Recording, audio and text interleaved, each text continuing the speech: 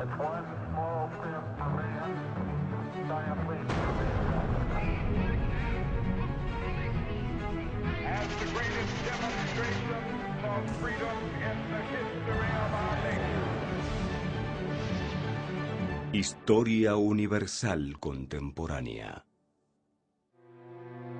La crisis económica de 1929 y trascendencia de la Segunda Guerra Mundial. Reflexionar sobre el impacto de la crisis económica del 29, la Segunda Guerra Mundial y sus repercusiones, así como la trascendencia de la ONU en el mundo. ¿En qué consistió la crisis económica de 1929?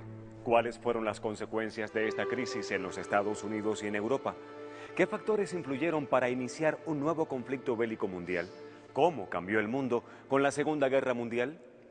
En el programa de hoy responderemos a estas y otras preguntas. Con ello conoceremos algunos de los procesos mundiales más relevantes de la primera mitad del siglo XX. El periodo de prosperidad económica en los años 20 tuvo su primer quiebre cuando la industria de la construcción, la siderurgia y la agrícola presentaron su primer baja en exportaciones y precios hacia 1928. Para entonces, los países europeos habían comenzado a fortalecer sus mercados internos y dejaron de depender directamente de la producción y financiamiento estadounidense.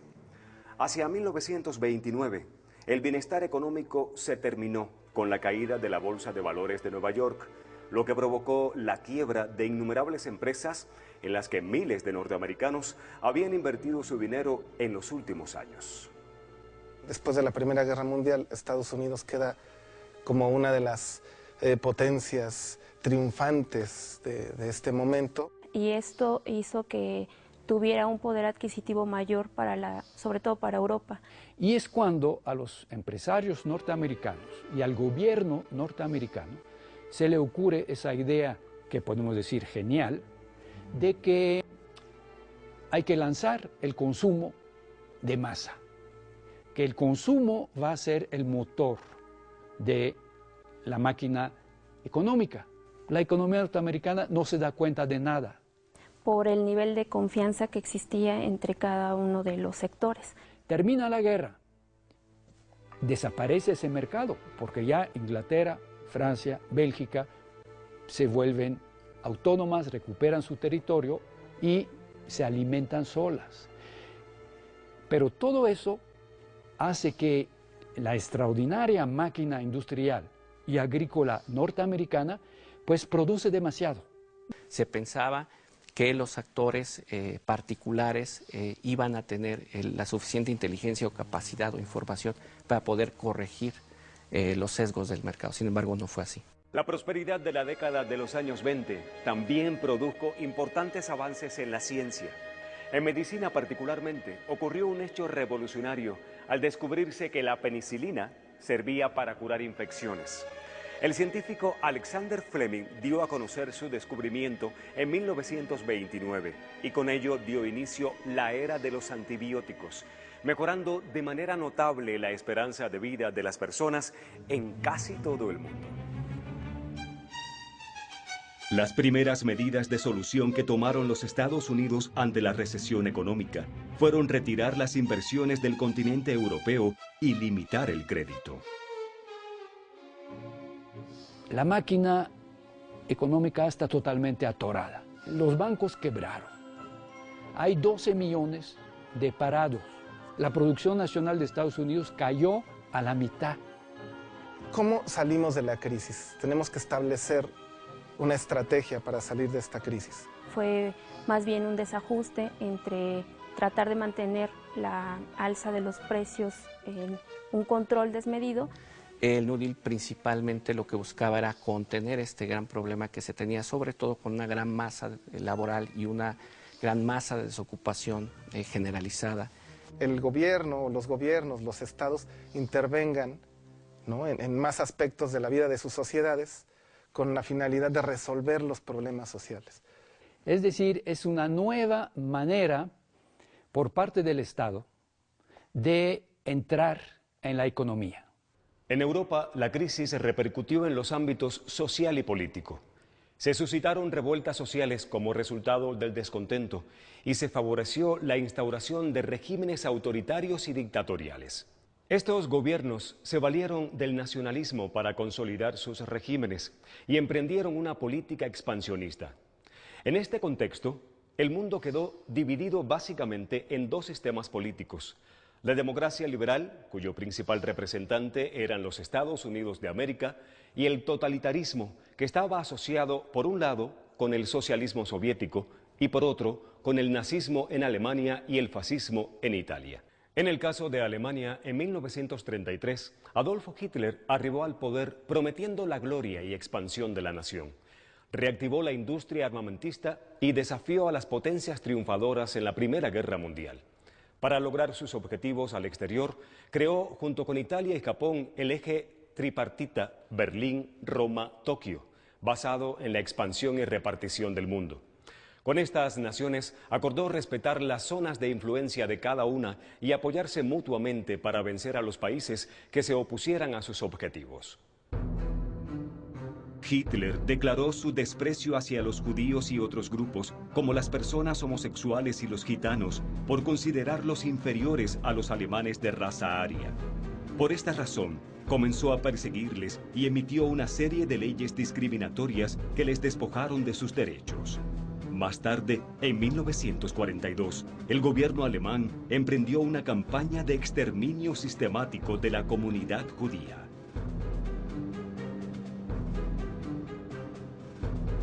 Digamos, dentro del movimiento expansionista del nacionalsocialismo figuraba también la instalación del régimen totalitario, ¿no?, que manejaba el partido nazi en los distintos lugares o zonas, países que fueran ocupados. En el caso de Alemania, que es el más representativo, es el que expone una política expansionista, el cual está basado en esta idea de volver a reconstruir un imperio alemán, que se le consideró el Tercer Reich, y la intención era generar el control de toda Europa a través de dos puntos estratégicos, que era Francia e Inglaterra. En ese sentido, los más representativos no solamente era a partir de crear una zona de control en Europa, sino también darle un frente a la Unión Soviética, que trae un modelo socialista, y los elementos fundamentales de este fascismo estaban en contra del comunismo, en contra del neoliberalismo y en contra de los judíos, por considerarlos representantes de esta clase usurera que había sido responsable de esa crisis del 29 y que había dejado devastada a toda Europa. Esto, desde luego, representa un naciente peligro en la Europa que ya estaba destruida por la Primera Guerra Mundial. Las grandes potencias europeas como Inglaterra y Francia dejan de ser las estrellas mundiales porque se endeudan por la Primera Guerra Mundial.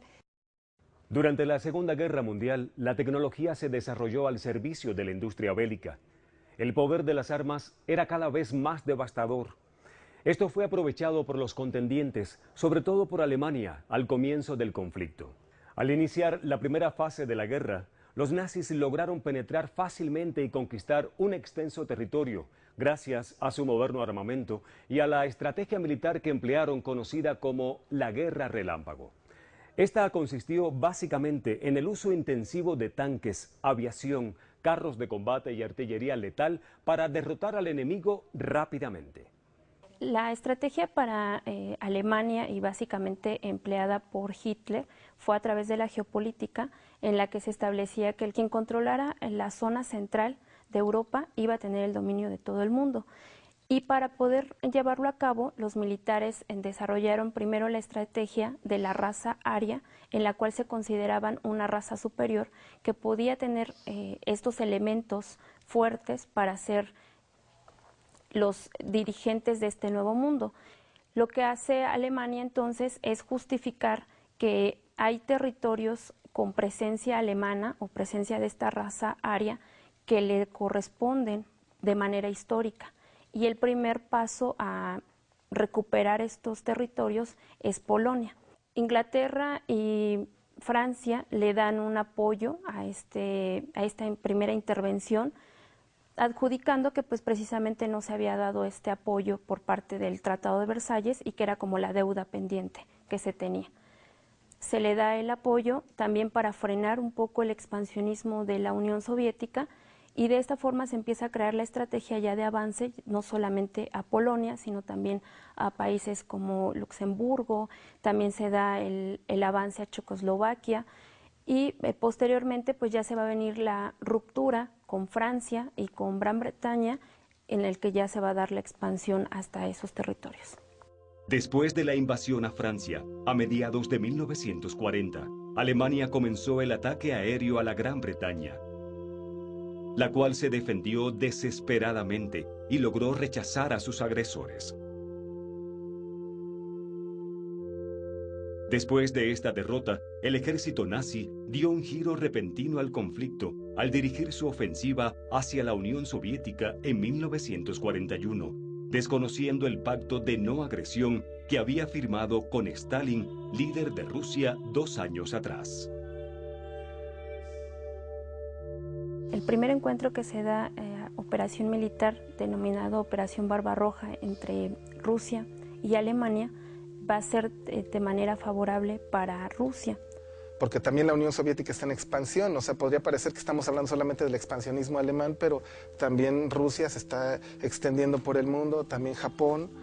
Entonces, bueno, Alemania tiene este pacto de no agresión con Rusia, con la Unión Soviética, para delimitar ciertas áreas de influencia. También este pacto tenía como objetivo por parte de Rusia detener un poco el expansionismo o la agresión militar de Alemania, que iba a ser inminente por este contenido anticomunista que tenía la política fascista alemana. Para 1940 Hitler va a romper el acuerdo que tiene con la Unión Soviética bajo unos argumentos. El argumento es de que Rusia está traicionando el pacto de no agresión, cuando en realidad, digamos, Rusia no había hecho ningún movimiento hasta ese momento. Digamos, Hitler argumenta, por otro lado, que se siente como la persona indicada para contener el avance del comunismo, del socialismo en Europa. Japón tenía la intención de volver a tener el control del Pacífico,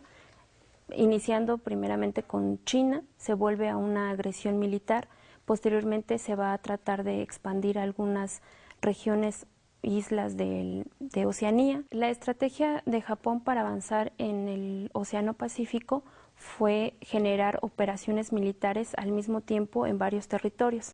El ataque a las bases militares de Pearl Harbor fue el punto crucial para que Estados Unidos entrara de lleno en la guerra.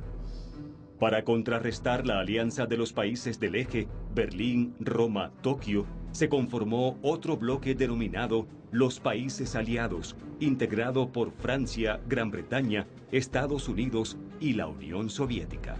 Hay una alianza ya política, económica, formada o creada entre los países que vamos a llamar países del eje, que va a ser Italia, Alemania y Japón. Este pacto tiene, digamos, origen en 1936. Es un pacto que obliga a estos países a apoyarse incondicionalmente, prácticamente en todo.